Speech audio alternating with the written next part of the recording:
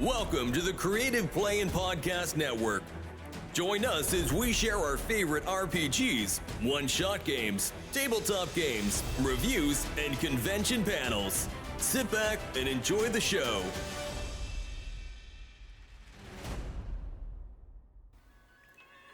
Hi, this is Kelly, aka Trixie from Ragnarok and Roll, assigned to Ragnarok Story, and Tilda Wimblewick from D&D Journey of the 5th Edition.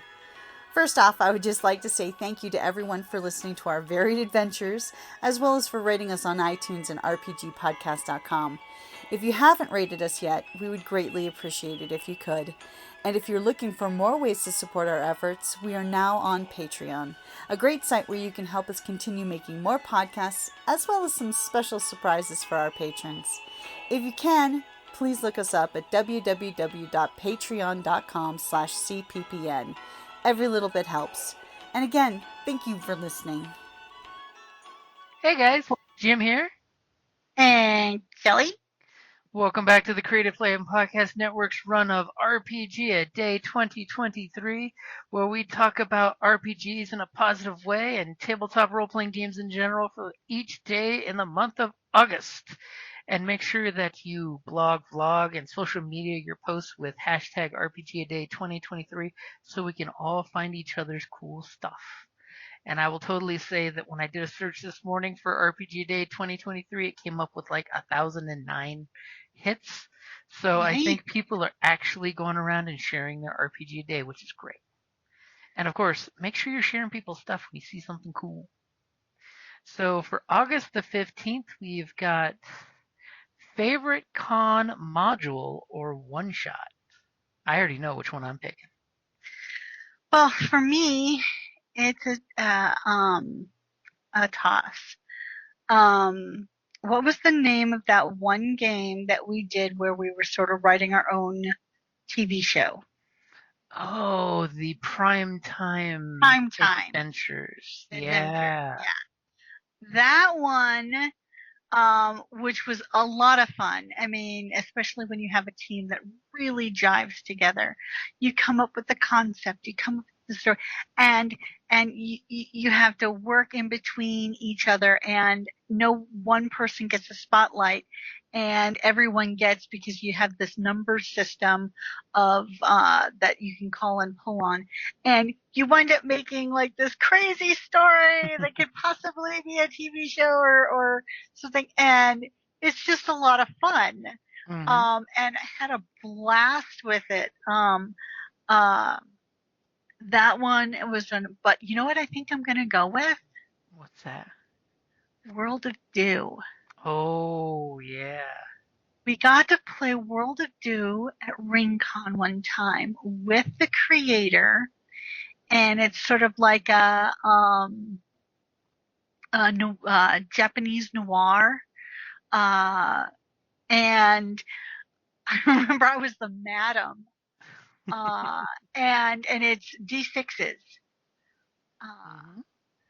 But and like, so there was this mystery, like who stole the thing, and I wound up killing the bad guy. I poisoned him with tea. It was awesome. And you played a monk who wasn't really a monk. You were just pretending to be a holy man. Mm-hmm. I was actually traveling Senshin. And it was just, I mean, it got pretty crazy, and like, so they came into my establishment, you know, the bad guys, Your and tea started, house. yeah, you know, don't fuck with my tea, you know, and started fucking with my staff and mine. Oh, no. So I wound up killing him with the tea. And then we had those fights. It was a lot of fun. I very much enjoyed it. And it's such a, you know, different time, you know, you have, just the variety of characters, and it was so well done. I thought, and when we liked it so much, we bought the game. Oh, heck yeah. It was, and with being with the creator, Oh, It yeah. just made it that much more because, of course, they knew the game inside and out because, of course, they wrote it. Mm-hmm. But it was not only it was a beautiful game too. The book, the dice, because there was also you could get dice specifically. But it was just it was a lot of fun. Mm-hmm. Yeah, the World of Dew by Gallant Knight Games, and we got to play with Ben Warner, who was the actual designer and writer of the game, and it was a beautiful game, and the thing is, we all synergized so beautifully with each other, because the game really does have mechanics that keep from anyone monopolizing the game, as well as synergizing with your group to have one person help each other, and it was totally adorable that we just happened to have that rivalry where you had that one guy who was your yakuza protector and he did not get along with me, so we had this like tiff going on where you and him were going to kill me. I do believe I did not survive that game either. Remember, the hungry corpse in the group ate my body because there was a person who could call the dead, and they called although, wait a minute, wasn't it? It was like you were like, oh yeah, no, I had the choice. I let you die. Yep, there was a choice there. Oh my god, it was awesome. And but I was playing to my character, and it's like, oh well, no, I just let you die. I could have saved you. And there was totally that friendly rivalry there, and you went for your boy instead of me, which was great. Exactly. And I remember, and that's right. Didn't I get the ring coin for for the MVP at the game table? Because you were playing up your Tea House Madam part really good. Yeah, I was like totally, even in mannerism, I was kind of trying to do, just kind of try and move and, it was so much doing fun. The fan motions, the facial gestures. In the middle of the tea house, well, because of course all the tables were broken by this point, and that I could have saved you right. Because of course our demonically possessed characters summon hungry spirits to kill the bad guys, the bandits that were there, and I was already taken out, so I was just lying there as another body unless somebody did something. Yeah, and no, I opted to save the other person. I'm sorry. It's okay. It was an awesome game. And I will also toss out the Sound of Water companion, the one that adds more to, World of Dew is also out there too. That's the one where it's got the ninjas and a few other cool things to make a samurai noir setting. Yeah, and while I felt bad about letting you die, Lotus Petal did not. I mean, she had some qualms, but it's because I was just a, hoity-toity rock and roll player at your house. Yeah, and weren't you trying to regain your father's instrument? Yes, I was trying to regain the instrument that you owned. Yeah, so I was trying to convince you to sell it to me because I actually had the coin for it, but you were still holding out. You displeased me. Spoken like a true madam. It's what happens when you are married to a madam with her own forces. That was a fun game. That was a hoot. That was a great one because we played it and immediately bought a copy from Ben, and got some of the last of his Kickstarter dice that he made with the butterflies. Yep, with the butterflies. Yep. But Ben is an awesome GM and an awesome writer because, and the best part is like the art is gorgeous in the book. I mean, he chose quite well for his artwork in it. Well, and the story behind the name, it came from a famous poem. The world can be encased in the world, the world of dew. That was just a world beautiful. Of dew in every drop, a world of struggle. Issa.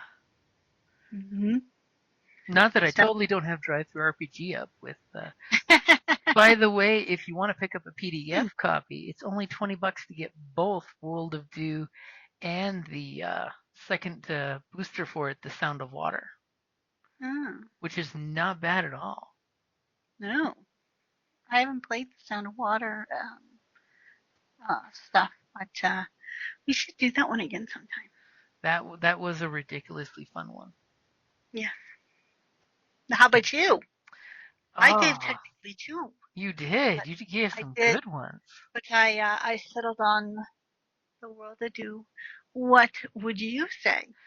So I was going to be totally selfish, and it wasn't really a module, but it was totally a one-shot. And I'm going to throw out there the game that I ran last RingCon set in the Iron Kingdom's Nightmare Kingdom. Having you guys playing undead undead pirates was a hoot and a half, watching you guys being so in character and so counterculture to your own crew, but still working out at the end to each other. And the fact that you got to try each of the undead class for Nightmare Kingdom. So you had, like your ghost, who was mostly ghost. Yeah, I played a specter. Mm-hmm. And then you totally played that character for all its money. And then your captain. Oh my god. I stuck it to the captain. Oh my god. That was funny. And this was totally just an adventure that started out as an idea at work of like, hey, if I'm an evil Ironborn Lich, I'm going to make a pirate group of pirates to go do what I want them to do because I'm their boss. And the fact that you guys played your pirate crew up to the T's, and as evil undead pirates, you got to go after Infernalists, who are, of course, worse than undead pirates. So you technically kind of can say you're the heroes of the story. I know, and Karen and I were actually just talking about, I've never played evil. I mean, we never really do evil characters. It was kind of fun. That character for me I had a blast playing that character. I mean, the mere fact that one of your background flaws and ideals was that you hate being on this crew. And the fact that you actually got away with sabotaging the mission, but not in a bad way. Actively try and screw things up. But yet, technically, I was the bard type of class. Mm-hmm. So, I mean, the one thing that my character was supposed to basically give out its version of bardic inspiration, but I'm actively trying to destroy the ship because I'm tied to this ship, and I'll rat people out for anything, which I did in the game. I'm like, nope, you did it. and I actively try and go against the leadership of the crew, and I screwed the captain over. You stole the bicorn hat from the other ship's captain. I did. And of course, because he cannot steal it back because I'm a specter. Because by the game mechanics, once the specter takes something and bonds with it, sort of like a quick attunement, it turns ethereal with them. So it's now part of the ghost's look. Which was a great mechanic, because, it means that your specters aren't getting screwed on gear, because, you need gear still as a ghost. Oh, yeah, it was great. I would, materialize right next to somebody and point blank shoot them in the head. I loved it. Oh my god, I loved it. What was my name was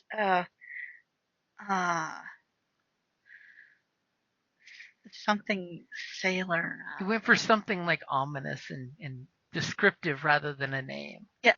Well, no, because based off of the packet, that's what specters usually went by. Yeah, I totally made up the pre-gens and then gave everybody a packet on what their undead species has as an option. And of course, I got to admit, as a GM, it was great having everyone with dark vision. You guaranteed nobody got lost in the woods. And then some of the bizarre stuff you guys did while infiltrating the Infernals, cabana camp. Yeah, yep. All because your master wanted you guys to get him an Infernalist alive so he could be used to summon demons. Because goddammit, every time you kill a demon worshiper, they die and go to hell, and you can't bring them back. Yeah, that was a hoot and a half. And I it's loved playing the Spectre. hey, there's a reason why I offered you guys for High Seas Shenanigans if we could just reboot it in the Nightmare Kingdoms and have you guys baddies. I I would play a Spectre again. And of course, for those that haven't read the Nightmare Kingdoms and the Iron Kingdoms, is one of the funniest things is the Spectre is bound to a person, place, or object, which in this case Kelly's character was bound to the ship itself. So Hmm. that if she was killed because she's only resistant to damage, the Spectre can still be hurt. And if she turns corporeal to shoot somebody, she can be shot back until her next Hmm. turn, which is a great way of balancing that power so it's not too uber. But if she's destroyed, she actually reappears at the thing she's bound on. So if she's on an away mission and gets taken out, she comes back to the ship and rematerializes with all of her bound items to her. So if she picked up a gun recently and didn't bind it, that gets left behind. Hmm. Just like our captain, the paladin of conquest. He totally had his version of undead would have him come back to the ship as well, but he was not a specter. He was a solid undead. And oh, he was a great role player too. He got He into the was. whole captain Oh, mystique. oh, he did. I mean, everybody in that game. I mean, I totally got concerned when Anya was really enjoying her necromancer. Oh yeah, She was really enjoying that necromancer. it was cool. I mean, but just like everybody was just in tune with it. Mm. And for a while there, I really thought the what is it, the bosun? No, I was the bosun. Oh yeah, that was great. I was the bosun. But the what was she? The quarter? No, she wasn't the quartermaster. She was the second in command. Um, uh, but who had the um mechanical guy? Oh yeah, the Maginus. She was great. Yeah, because And I mean, she was using an accent, and I almost thought she really was Irish. uh huh. You know? I mean, you guys synergized so great with that one, and you all instantly got into the undead pirate motif. You guys were all doing accents. I was glad I brought the props with the chocolate candy coins, the bullion. And the swords. Yep, We and had the inflatable inflatable pirate swords. swords. And That oh yeah, and my character, one of his flaws was he was constantly swearing. yep. I'm like, this is perfect. I think that was kind of like my name is like the bad mouth sailor. You know, When you have the those, foul mouth sailor. when you have great games, and it's like, oh, I wish I could have recorded that. Yeah, it was good. It was very good. It was very, very good. Totally And we needed had some really, Totally need to do a revamp of that or another one shot of that just for shits and giggles. yeah, it was blast. But yeah, that still has to be one of my favorite con one shots because we just got so synergized into it, and the fact that you guys got technically two one shots worth of adventure in one session, and we managed to actually complete the mission. Because originally, when I submitted the con games for the con, it was a part one and a part two, and I was totally just going to say, okay, level up from 3 to 5, for the pre-gens.